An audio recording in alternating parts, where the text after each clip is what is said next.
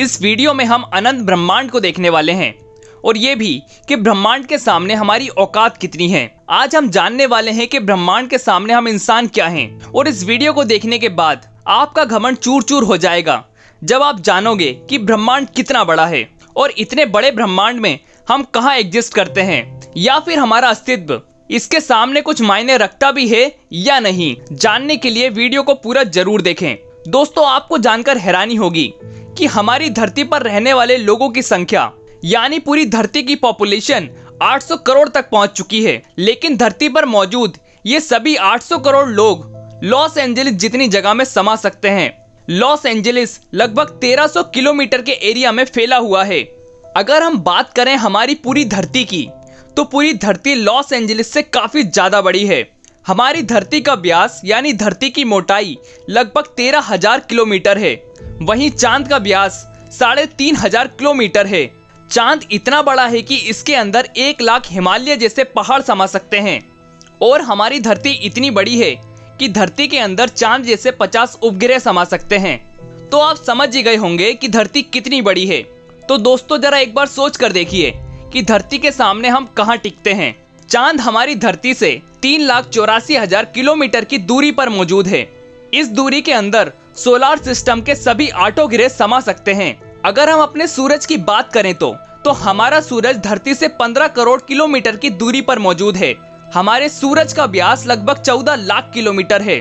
धरती के मुकाबले में सूरज इतना बड़ा है कि इसमें 13 लाख धरती समा सकती हैं। यानी सूरज की विशालता की कल्पना हम आंख बंद करके भी नहीं कर सकते। तो आप सोच कर देखिए कि हम इंसान सूरज की विशालता के सामने क्या औकात रखते हैं। ना सिर्फ इंसान बल्कि सूरज की विशालता के सामने धरती और चांद की भी कोई हैसियत नहीं दिखाई देती। हमारे सौर मंडल के सबसे विशाल ग्रह जुपिटर के अंदर हमारी धरती जैसी 1300 धरती समा सकती हैं और जुपिटर जैसे 1000 ग्रह सूरज के अंदर समा सकते हैं।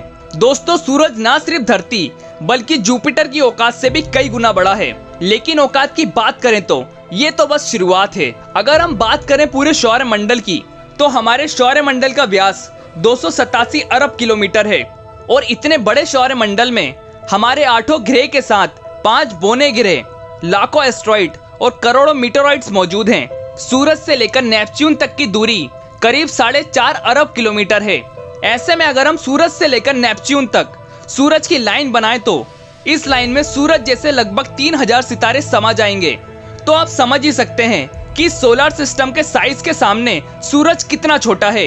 अगर हम प्लूटो से सूरज को देखें तो हमारा सूरज प्लूटो से कुछ ऐसा दिखाई देता है। हमारा सौर मंडल प्लूटो के बाद भी कई गुना आगे तक फैला हुआ है। यहाँ तक हम देख चुके हैं कि सूरज का साइज भी इतने बड़े सौर मंडल के सामने काफी छोटा पड़ जाता है। अगर हम और आगे की बात करें तो सूरज से भी बड़े तारे अंतरिक्ष में मौजूद हैं। यह है वेगा स्टार जिसका व्यास 38 लाख किलोमीटर है और इसमें सूरज जैसे लगभग 20 तारे समा सकते हैं। इससे भी बड़ा तारा है आर्कट्रस जो कि 3 करोड़ 60 लाख किलोमीटर चौड़ा है। इसमें सूरज जैसे 17,000 तारे समा जाएंगे। और इनके और आगे चलने पर ब्रह्मांड में एक और तारा है रिगेल जिसका व्यास 11 करोड़ किलोमीटर है। इसके अंदर आर्कट्रस जैसे 50 तारे समा जाएंगे और सूरज जैसे 4,85,000 तारे समा जाएंगे। अब हम देख पा रहे हैं कि सूरज भी यहाँ आकर कितना छोटा पड़ रहा है। चलिए और आगे चलते हैं। यह है बेटेलज्यूस जिसका व्यास 1 अरब 23 करोड़ किलोमीटर है। इसमें रिगेल जैसे लगभग 1400 तारे समा सकते हैं और सूरज जैसे लगभग 67 करोड़ तारे समा सकते हैं। अब आप सोच लीजिए, यहाँ आकर सूरज भी रेत के कण के बराबर लग रहा है। और इसके आगे हम मिलते हैं वी कैनिस मेजॉरिस से जिसका व्यास 2 अरब किलोमीटर है और इससे भी बड़ा तारा है स्कूटी जिसका व्यास लगभग 2 अरब 40 लाख किलोमीटर है। और अब तक का यहाँ सबसे बड़ा तारा है स्टीफन 218 जिसका फैलाव 3 अरब किलोमीटर के बराबर है। यानी इस तारे के अंदर सूरज जैसे 9 अरब 53 लाख तारे समा सकते हैं। ब्रह्मांड में लगभग इससे बड़ा कोई सितारा नहीं मिला है और इस तारे के सामने सूरज का अस्तित्व भी ना के बराबर है। ऐसे में हम इंसान और हमारी धरती तो इसके सामने कुछ भी नहीं है। जरा सोच कर देखिए, इस तारे के अंदर धरती का अस्तित्व मायने भी रखता है या नहीं। अब अगर हम बात करें ब्रह्मांड में इससे भी बड़ी संरचनाओं की तो हम पहुंच जाते हैं कैट्स आई नेबुला के पास। यह आकार में 0.5 प्रकाश वर्ष बड़ी है, यानी प्रकाश को भी इसे पार करने में 4 महीने 26 दिन लगेंगे। यह ब्रह्मांड के सबसे विशाल तारे के मुकाबले इतना बड़ा है कि इस नेबुला के अंदर स्टीफन जैसे 3000 तारे समा जाएंगे।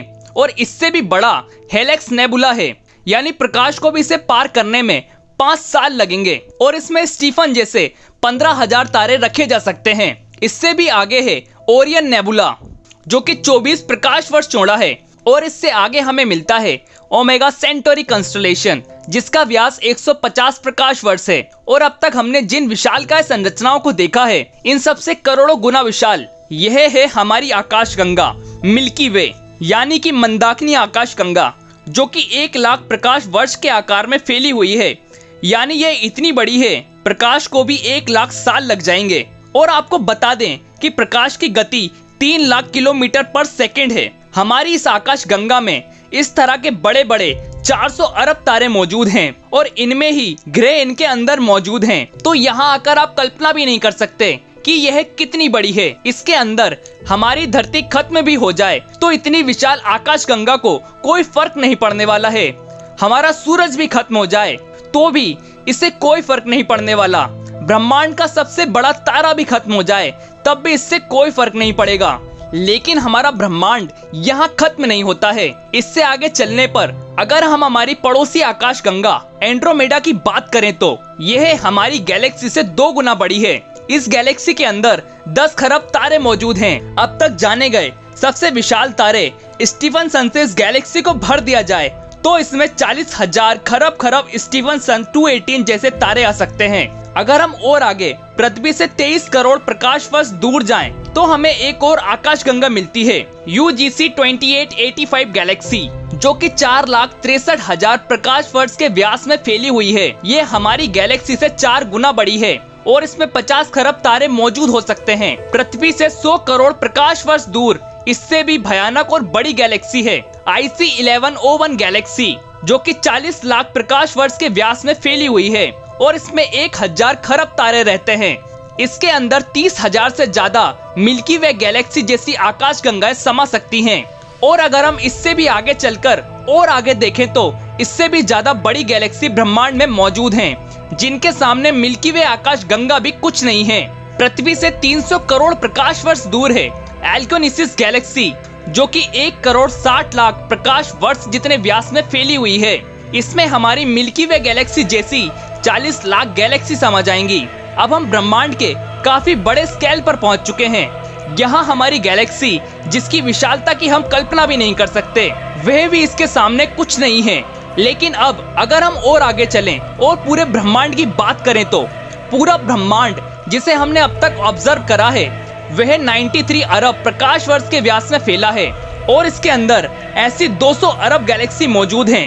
और ब्रह्मांड के सामने तो सबसे बड़ी आकाशगंगा एल्कोनिसिस गैलेक्सी भी कुछ हैसियत नहीं रखती। और जब इतनी बड़ी गैलेक्सी भी ब्रह्मांड के सामने कुछ नहीं है तो सूरज और धरती की तो बात ही छोड़ दीजिए, और हम तो इनके सामने कहीं नहीं टिकते। हमारे जैसे 8 अरब लोग यानी हम सब पृथ्वीवासी मिलकर भी ब्रह्मांड के सामने कुछ नहीं है। बल्कि अगर इतने बड़े ब्रह्मांड में कहीं जीवन नहीं है और सिर्फ पृथ्वी पर ही जीवन है तो हम इतने बड़े ब्रह्मांड में काफी ज्यादा अकेले हैं। यहाँ पर ब्रह्मांड जो हमारी सोच से भी बड़ा है, यह पूरी तरह से वीरान है। अगर ऐसा है तो ये काफी डरावना है। ये हमें बताता है कि हम कितने अकेले हैं, और अगर इसमें जीवन है भी तब भी हम कभी इतनी दूर एलियन से नहीं मिल सकते, और तब भी हम अकेले हैं इस ब्रह्मांड में। जबकि यह ब्रह्मांड भी यहाँ नहीं थमता, क्योंकि फिलहाल हमने इसके आगे देखा नहीं है कि ब्रह्मांड का विस्तार और कितना आगे हो सकता है। अगर ये यहाँ खत्म नहीं होता तो इससे आगे भी क्या और ब्रह्मांड हैं? अगर हाँ तो हमारे ब्रह्मांड से भी बड़े हैं। दोस्तों, इस तरह सोचने का कोई अंत नहीं। लेकिन एक बात तय है, अब तक ब्रह्मांड की जानी गई साइज के सामने हम कुछ भी नहीं हैं कि आज वैज्ञानिक भी ब्रह्मांड की इतनी बड़ी साइज को देखकर अचंभित हैं कि इस ब्रह्मांड के सामने हम इंसान कुछ भी हैसियत नहीं रखते। इतने बड़े ब्रह्मांड में हम एक छोटी सी गैलेक्सी मंदाकिनी आकाशगंगा में मौजूद एक छोटे से सोलर सिस्टम में बसने वाले एक छोटे से तारे के चारों ओर मौजूद एक छोटे से ग्रह पर स्थित काफी छोटे 200 देशों में रहने वाले 8 अरब लोगों में से हम में से एक इंसान इस पूरे ब्रह्मांड के सामने कोई हैसियत नहीं रखता। क्या आपके पास खुद पर घमंड करने का कोई कारण है? किस वजह से आप खुद को स्पेशल समझते हैं? अगर आपके पास ऐसा कोई कारण है तो हमें बताइए, क्या वजह है कि आप खुद पर घमंड कर सकते हैं? आज से 4.5 करोड़ साल पहले धरती पर एक ऐसी प्रजाति मौजूद थी जिसने करीब 20 करोड़ सालों तक धरती पर राज किया, जो खुद आकार में हमसे कई गुना बड़ी और डोमिनेंट थी। लेकिन सिर्फ एक एस्ट्रॉइड ने पूरी प्रजाति को खत्म कर दिया। ऐसे में हम इंसानों की क्या हैसियत है? सिर्फ एक पल में ब्रह्मांड आपके अस्तित्व को मिटा सकता है, आपके वर्तमान को इतिहास में तब्दील कर सकता है। लेकिन आज इंसान अपनी प्रजाति के लिए खुद ही खतरा बन चुका है, जो कि लाखों करोड़ों सालों में बने वायुमंडल और पर्यावरण को नष्ट कर रहा है, जिसके फलस्वरूप क्लाइमेट चेंज और ग्लोबल वार्मिंग हो रही है। और अगर ऐसा ही चलता रहा तो डायनासोर्स की तरह इंसान की प्रजाति भी खत्म हो जाएगी। आपकी क्या राय है? कमेंट सेक्शन में जरूर बताएं। और अगर आप जानना चाहते हैं कि पृथ्वी का निर्माण कैसे हुआ और डायनासोर्स का अंत कैसे हुआ, तो हमारी यह वीडियो देख सकते हैं। और अगर आप एक साइड इनकम करना चाहते हैं तो केयर नेचर के साथ जुड़कर आप मात्र 10 लोगों को रेफर करके 16,000 रुपए तक कमा सकते हैं। अधिक जानकारी के लिए हमसे संपर्क करें, हमारी डिटेल डिस्क्रिप्शन में है। वीडियो पसंद आई हो तो वीडियो को लाइक करें, शेयर करें और चैनल को सब्सक्राइब करना बिल्कुल ना भूलें। जय हिंद।